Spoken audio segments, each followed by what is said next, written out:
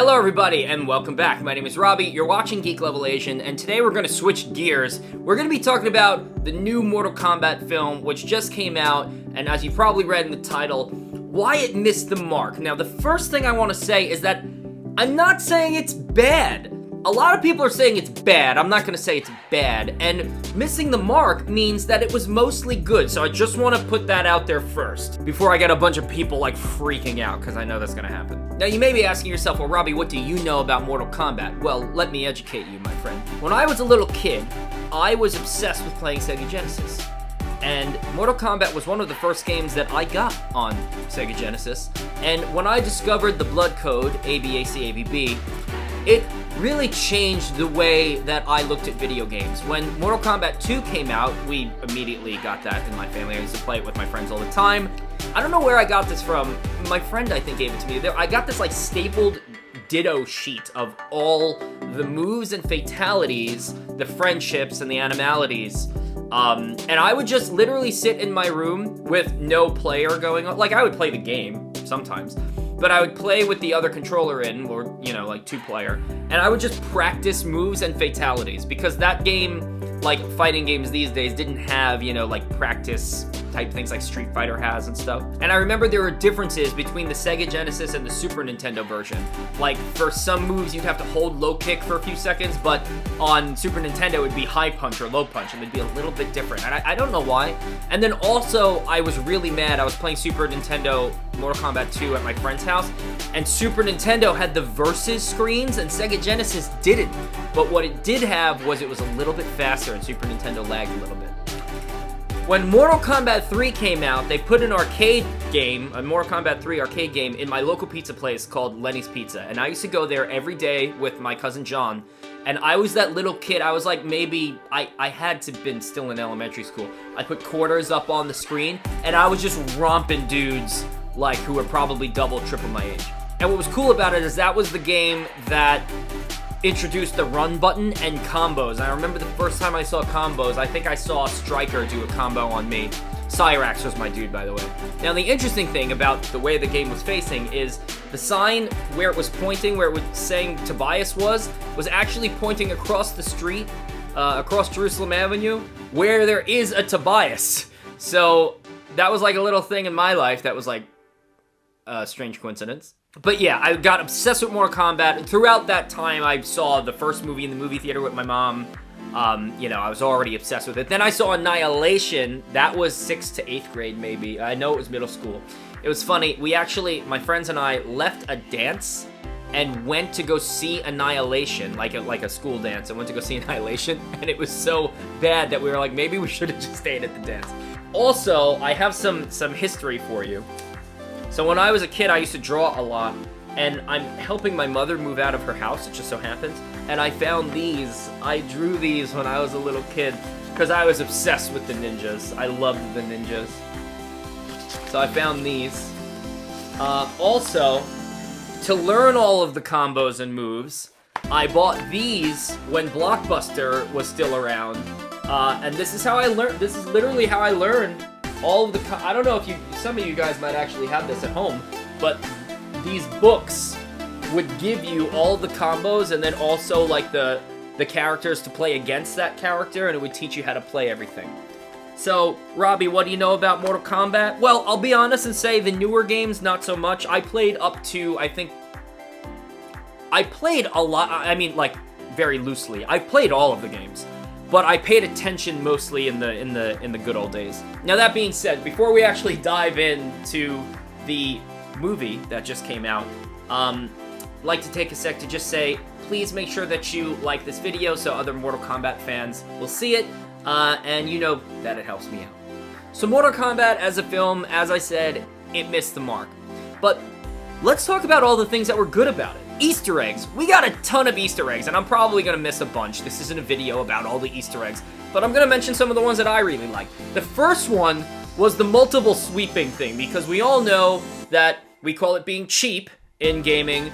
If you're going to be cheap, you basically do the sweep the leg, the back, and low kick thing over and over and over again. They made a joke about that, which I really like. At the end, we see the poster with Johnny Cage's poster on it. As we know, he's a Hollywood film star, so they introduced him a little bit. I like how they make fun of the fact that Mortal Kombat is actually spelled incorrectly. For such a big tournament, like this, like, multi-realm, end-of-the-world type tournament, you'd think they would spell it right. They worked in the announcer lines like fatality and Kano wins, flawless victory. Even though it wasn't a flawless victory, that one didn't make any sense. In Sonya's trailer, she has all those news clippings and her research. There is a shot where you see I think it's supposed to be Nightwolf. We get to see a few fatalities that were very similar to their actual fatalities in the game, like Kung Lao's like spinning saw hat, and we got the, the toasty scorpion thing.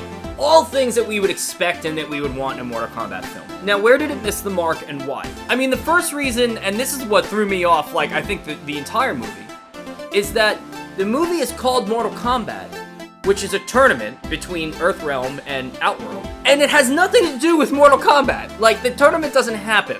It's all about the events leading up to it. So that's like the first thing that I was a little jarred by. The next thing really threw me off, and maybe this should be number one. We got these trailers about all of our favorite characters. They look awesome. They're going to be in this new Mortal Kombat movie. We love Mortal Kombat. We're big fans of it. The games have been happening for years and years and years. We got our favorite guys in it. The main character was someone we don't know or care about. And it's not a knock to the actor, and it's not even a knock really to the story.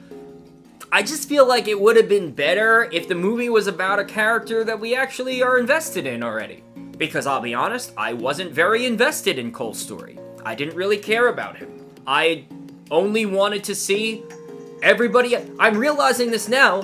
Mortal Kombat, every character of Mortal Kombat was a side character. Like, literally, if you think about it, every character was a side character, and it was focused and based around this character that we don't care about. As for the fighting wasn't very bad. It's just that a lot of it seemed a little stationary to me for a film that's gonna come out now that involves martial arts. I was expecting more aerial stuff, or just not so much standing on the ground and punching, kind of like we got in the original movie. I feel like there just wasn't a lot of I don't even know what you call it, but when they basically pull an actor up, one of the coolest parts of the film is when Kung Lao does a teleport.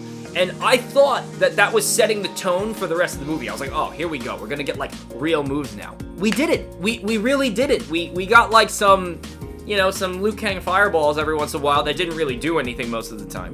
We got Sonya Blade's purplish pink rings and stuff. She used them maybe once. The only person that we really see strategically using his moves, and in my opinion is one of the best characters of the film, is Kung Lao. Kung Lao uses his hat a lot and shows the moves that he uses from the game, which I think we could have seen more of. Now let's dive a little deeper into the actual storytelling of the movie, and I think this was also a miss for me. The entire Dragon Mark thing I did not like at all, for a few reasons. The first one is, listen, when I think of Earth's best warriors who are defending our realm, you would think that there is some type of process of the training like Liu Kang and Kung Lao were, but it can't just be, it's not anyone, it's just not anyone. That's kind of how they made it. It's okay, so what if I accidentally ran over Kano with my car? Would I get the dragon marking, and now I have to compete in Mortal Kombat? I don't know, I understand why they did it, to kind of, give some type of more of a story, but I feel like they were trying to fit too many plot points in at the same time, and, I think the origin stories for why Sonya Blade and why Johnny Cage wanted to be part of Mortal Kombat, I think that made more sense than, oh, well, you have this marking, and that means you're invited to it. That didn't really make sense to me. I think there were also missed opportunities for characters to be in this movie. I love that they brought Cabal in. He's one of my favorite characters in Mortal Kombat 3. I even thought his design looked really cool. He kind of looked like a gothic, cyberpunk type dude. Awesome. He used his speed thing. I thought it was cool. He didn't make anybody spin, but it's okay. Mileena, you brought in Mileena. Now, the thing is that, bothers me is what happened to Katana, and the reason why I'm mentioning that is, is Katana dead? We see her fan at some point, but she's supposed to be the evil clone of Katana, so where's Katana? I don't know, I feel like I would have rather had Katana in the movie and Johnny Cage in the movie than those two random characters that were only in 2 games that nobody cares about. I also thought it was a missed opportunity, and this is just something that would have been kind of like an Easter egg. the scene in the beginning of the movie where Scorpion, you know, he throws his spear and it hits, like, it goes past Sub-Zero and then cuts Sub-Zero in the face. They could have somehow worked in the scar across his eye. Now, I know that's supposed to be his brother, but who knows if we're even gonna get a next movie where they're gonna introduce a brother. They could have done that. It would have been kind of cool. And I'm really sorry to, it sounds like I'm crapping on the actor. I'm not, but I just feel like they could have dressed Shang Tsung a little differently to make him look a little bit more threatening. First of all, his wig looks awful. It looks like, honestly, that was like cosplay quality. It's very obvious that it's not real hair. He also didn't look threatening at all. Like, if you would have just like made his hair different and then also added some facial hair, he would have looked way better and way more like Shang Tsung. And also, I feel like a lot of the costumes were really big. Like almost like they were wearing too many layers. I don't know if anyone else felt like that. I also thought a few camera angles were a little lazy. Now, that's a director's choice. Film is a director's medium. I get that. But there were certain scenes where I was like, this looks like a fan YouTube movie. One of the funniest ones, and I posted this on my Instagram, I'll put it here.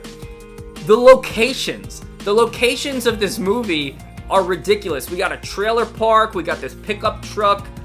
Like, in the original Mortal Kombat, which is not, obviously, it's not like the best movie in the world, but at the same time, they went through a lot of trouble to set up those sets. And to make it look like a world where Mortal Kombat would exist. Goro fighting outside of a house, like in front of a pickup truck or a truck or whatever it is, that, like, I was just taken out of I was like, what is going on here? Oh, I didn't even address the Arcana thing. The Arcana thing, I relate that to midichlorians in Star Wars. It's like a thing that they put in the movie that, like, it doesn't add. It doesn't necessarily subtract, but maybe a little bit. I know over the years that Reptile has gone from looking pretty humanoid to basically a humanoid reptile, but in this, he basically was a lizard. And I know in one of the games they kind of did that. I don't know, it's just not the same to me. Like, I liked how in the original movie, he starts out as this weird-looking CGI lizard, but then turns in to the ninja-looking guy. They didn't do that in this. So, like, you know, like, my question is, was he always a lizard? Like, who trained him? Like, what is this? And I just want to, again, say, I didn't hate this movie. Kano was hilarious. He was the whole film. He stole the movie. But I walked out feeling entertained, but I also felt like it was just all over the place. And I think that's why I feel like this video that I'm making is actually kind of all over the place. And I feel like it's because the movie was so scattered that I can't even develop, like, a clear, coherent, straight talk track about it, because it was just so all over the place. So what did you guys think? I mean, don't get me wrong, I'm just me. You have your own opinion. Let me know what your opinion is. Let me know if you agree with the things that I was saying, or if you have a good argument as to why it's the best Mortal Kombat movie ever made.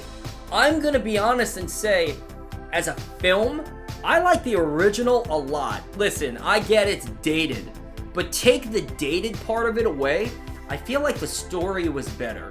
That's my opinion. Annihilation, similarly to this one, was fun, but I just feel like it was all over the place. So that's it, guys. That's why I feel like Mortal Kombat kind of missed the mark.